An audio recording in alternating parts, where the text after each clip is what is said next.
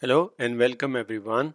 In this video, we will cover receiver orientation and data rotation process in the microseismic data processing workflow.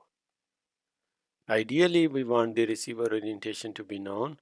Here, two horizontal components are aligned with east and north axis respectively. Let's say we have a source positioned at a relative distance from the receiver. Then the angle between the east axis and the projection of the ray path onto the horizontal plane represents the source azimuth.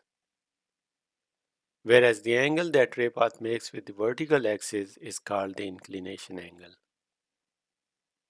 Using these angles from the waveforms for all receivers along with the corresponding P and S wave arrival times, we can locate the source in the subsurface. Although in some projects we have inclinometers or gyroscopes that provide some indication of local attitude relative to some external reference frame, the receiver orientations are typically unknown. This is because of rotation of tool during deployment in the borehole. Because of rotation, each receiver is oriented differently and receive the waveform coming from the same source at different angles, which means that without transforming data into a known reference frame, we cannot find the location of the source accurately, at least for the survey configurations where back-azimuth is required to help in determining the hypocentral locations. So the goal of the receiver orientation is to use the P and S waveform signals and the known location of the source to find this differential angle kappa.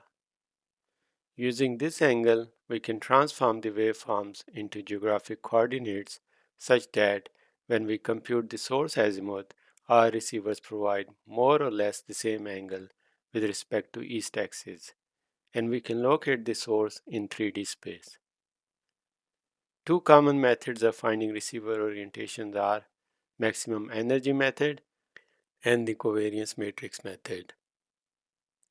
Once we know the angle kappa, we can rotate the waveforms into geographic coordinates frame.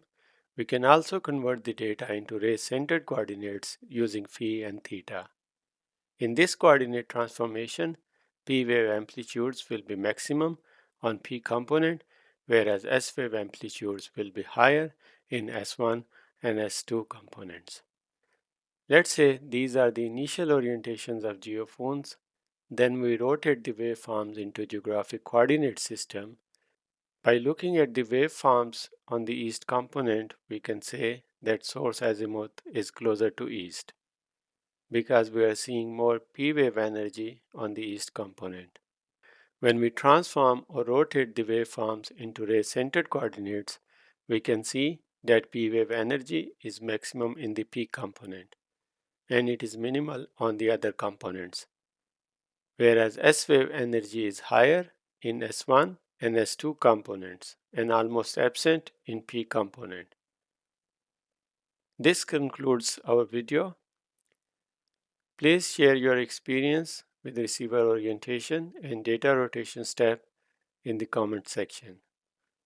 Also, don't forget to subscribe to my channel and thanks for watching.